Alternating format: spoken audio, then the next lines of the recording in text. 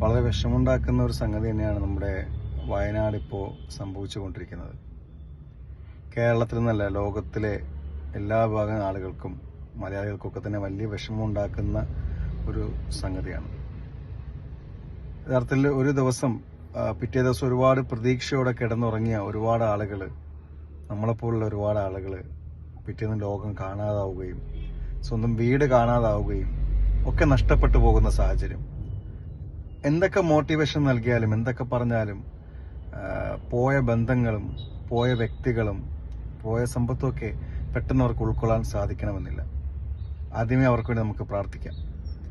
മറ്റൊന്ന്, ഇപ്പോൾ ഒരു വീഡിയോയിലേക്ക് വരാൻ കണ്ട ഒരു സാഹചര്യം, ഒരുപാട് ആളുകൾ ഈ വിഷയവുമായി ബന്ധപ്പെട്ട് പല ഗ്രൂപ്പുകളിലൊക്കെ കമന്റ് ചെയ്യുന്നത് കാണുമ്പോൾ വലിയ സന്തോഷമുണ്ട്. ഒത്തുചേരലിന്റെ അല്ലെങ്കിൽ ചേർന്ന് നിൽക്കേണ്ടയൊക്കെ നല്ല സന്തോഷ വാർത്തകൾ, സഹായത്തിന്റെ വാക്കുകൾ കേൾക്കുമ്പോൾ സന്തോഷം തോന്നാറുണ്ട്. പക്ഷെ ചില ആളുകളൊക്കെ തന്നെയും മരിച്ച ആളുകളുടെ ജാതിയും മതവും ഒക്കെ നോക്കുന്നതൊക്കെ ആയിട്ട് കാണുന്നുണ്ട്.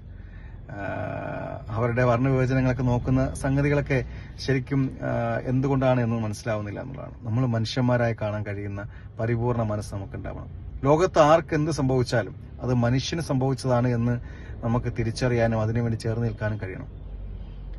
ഈ ഒരു അവസരത്തിൽ നമുക്ക് അവർക്ക് വേണ്ടി പ്രാർത്ഥിക്കാം, സഹായിക്കാം. അത് പോയിട്ടാണെങ്കിൽ അങ്ങനെ, പോകാതിരുന്നിട്ടാണെങ്കിൽ അങ്ങനെ, സാമ്പത്തികമായിട്ടാണെങ്കിൽ അങ്ങനെ, അല്ല എന്തെങ്കിലും വാങ്ങിക്കൊടുക്കലാണെങ്കിൽ അങ്ങനെയൊക്കെ നമുക്ക് എല്ലാവർക്കും കഴിയട്ടെ.